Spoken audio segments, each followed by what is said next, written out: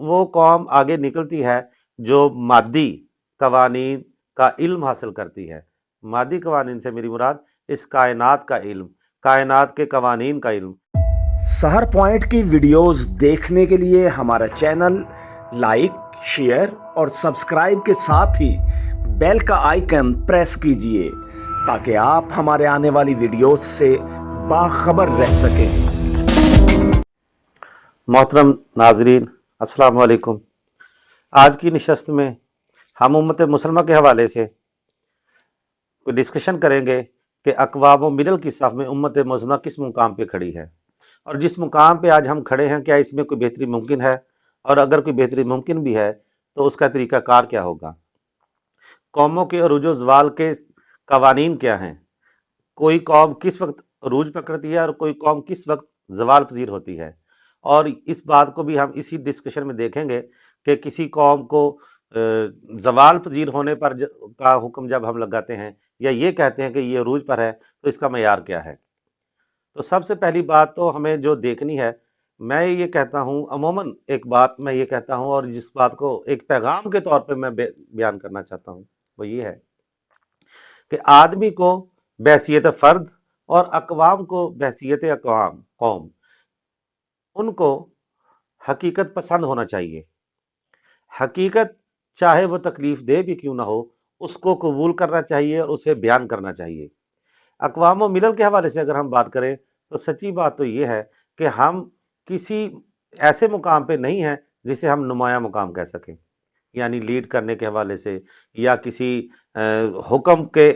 حوالے سے کہ جس میں ہمارا حکم چلتا ہو یا لوگ ہماری پیروی کرتے ہوں۔ اس حوالے سے صورتحال یہ ہے کہ ہم معاشی طور پر بھی جیسے ہیں وہ تو سب کو پتہ ہی ہے، اخلاقی لحاظ سے بھی اب ہمارا معیار جو ہے وہ آپ کے سامنے ہے۔ اقوام و ملل کی صف میں ہم بہت پیچھے کھڑے ہیں۔ سوال یہ ہے کہ اگر ہم اس صورتحال کو پہلا مرحلہ جو ہے وہ کیا ہے، وہ پہلا مرحلہ یہ ہے کہ ہم اس صورتحال کو تسلیم کریں کہ ہم پیچھے ہیں، ہم نے آگے نکلنا ہے۔ اگر کوئی مفکر یہ ماننے کے لیے تیار ہی نہ ہو یا ہم بحیثیت امت اس کو ماننے کے لیے تیار نہ ہو تو پھر اس کا مسئلہ یہ پیدا ہو جائے گا کہ ہم پیچھے ہی رہیں گے، اور جس طرح کوئی مریض اپنے کسی مرض کو مرض نہ سمجھے تو وہ اس کو ٹھیک نہیں کر پاتا، تو اسی طریقے سے ہم پھر اس کا تدارک بھی نہیں کر پائیں گے۔ تو یہ تو بات یقینی ہے کہ ہم جو ہے وہ اقوام ملل سے بہت پیچھے ہیں۔ سوال یہ ہے کہ جب ہم کسی کو کہتے ہیں وہ پیچھے ہے یا وہ آگے ہے تو اس کا معیار کیا ہے؟ میری نظر میں اس کا معیار یہ ہے کہ جس قوم کا حکم چلتا ہے، جس قوم کے قوانین فالو کیے جاتے ہیں، یا ایسا گروہ لوگ جس کی بات ٹال نہیں سکتے، جس کے پیچھے چلنے میں فخر محسوس کرتے ہیں، میرے نقطہ نظر کے لحاظ سے وہ قوم آگے ہے، اور جو اس کا یعنی اس کو فالو کرتی ہے یا اس کے اتباع میں ہے وہ اس کے پیچھے ہے۔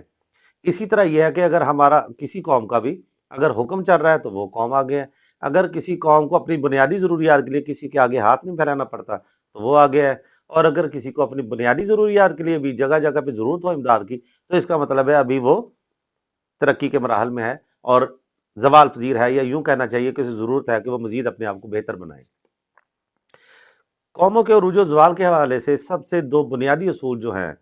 وہ یہ ہیں کہ ایک تو وہ قوم آگے نکلتی ہے جو مادی قوانین کا علم حاصل کرتی ہے۔ مادی قوانین سے میری مراد اس کائنات کا علم، کائنات کے قوانین کا علم، کہ کائنات کن قوانین پہ چل رہی ہے، یہ جو حاصل کرتی ہے وہ آگے نکلتی ہے، قوموں کو لیڈ کرتی ہے۔ اور دوسرا اخلاقی قوانین۔ اخلاقی قوانین سے میری مراد وہ ضابطہ حیات ہے جس کے تحت کوئی انسان زندگی گزارتے ہیں، اور وہ ہمارا دین ہمیں عطا کرتا ہے۔ یہ دو بنیادی چیزیں ہوتی ہیں۔ اگر کسی قوم کے پاس یہ دونوں چیزیں ہوں گی تو یقیناً وہ قوم لیڈ کرے گی، اور اگر کسی قوم کے پاس ان دونوں میں سے کوئی ایک چیز ہے، جیسا کہ ہمارے پاس اللہ کا دیا ہوا ضابطہ حیات ہے،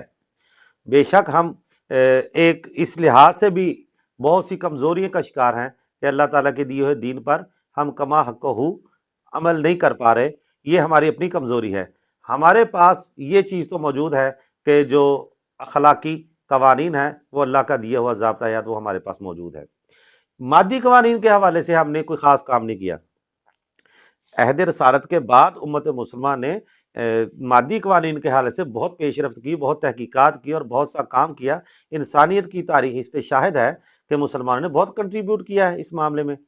یونان والے جتنے بھی عقلی اور فلسفیانہ علوم میں ماہر تھے یا اس میں بہت آگے تھے، وہ اس بات تک نہیں پہنچ پائے تھے کہ پریکٹیکل جو سرجری ہے اس کو وہ اپنے اس کو بیان کرتے۔ تو یونان کا جو علم اور اس کی جو ترقی ہے وہ اپنی جگہ پہ، مسلمانوں نے پریکٹیکل چیزیں انسان کی ترقی میں شامل کی ہیں۔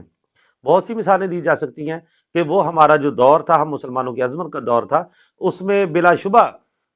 یورپ بھی اس کا معترف ہے، بہت سارے مورخین بھی اس کے معترف ہیں کہ مسلمانوں نے بہت اچھا کام کیا، لیکن وہ عظمت رفتہ ہے ہماری، وہ عظمت جو ہے وہ عظمت رفتہ ہے، عظمت رفتہ ہے، وہ تو گزر چکی۔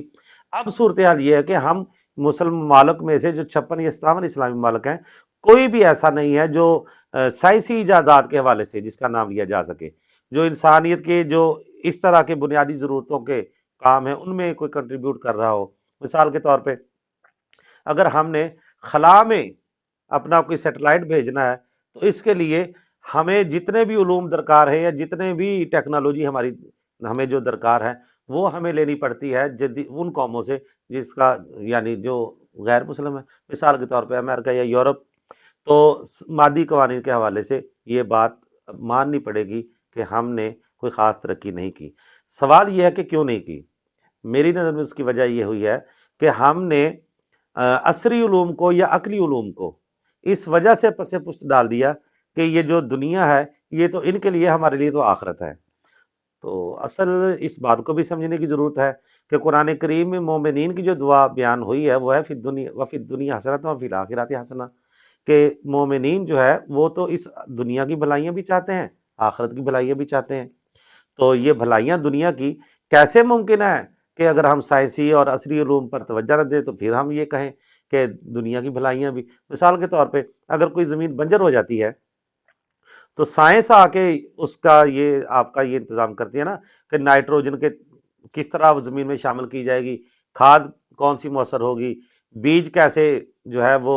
طاقتور بنایا جائے گا، اچھے سے اچھا بیج کیسے بنایا، یہ ساری سائنسی چیزیں ہیں۔ اس سے ہی مسلمانوں میں وہ بہتری آئے گی جسے ہم ایک طرح کی بھلائی کہہ سکتے ہیں۔ یہ ایک مثال کے طور پہ یہ بات عرض کر رہا ہوں۔ تو اصل مسئلہ یہی ہے کہ ہم نے اس نقطۂ نظر کو اپنا لیا کہ مسلمانوں کے لیے آخرت یعنی اخروی زندگی اور ان کے لیے جو غیر مسلم ہے دنیاوی زندگی، جبکہ میں نے آیت پڑھ کے آپ کو یہ عرض کیا کہ مسلمان کے لیے دونوں طرح کی بھلائیاں ضروری ہیں۔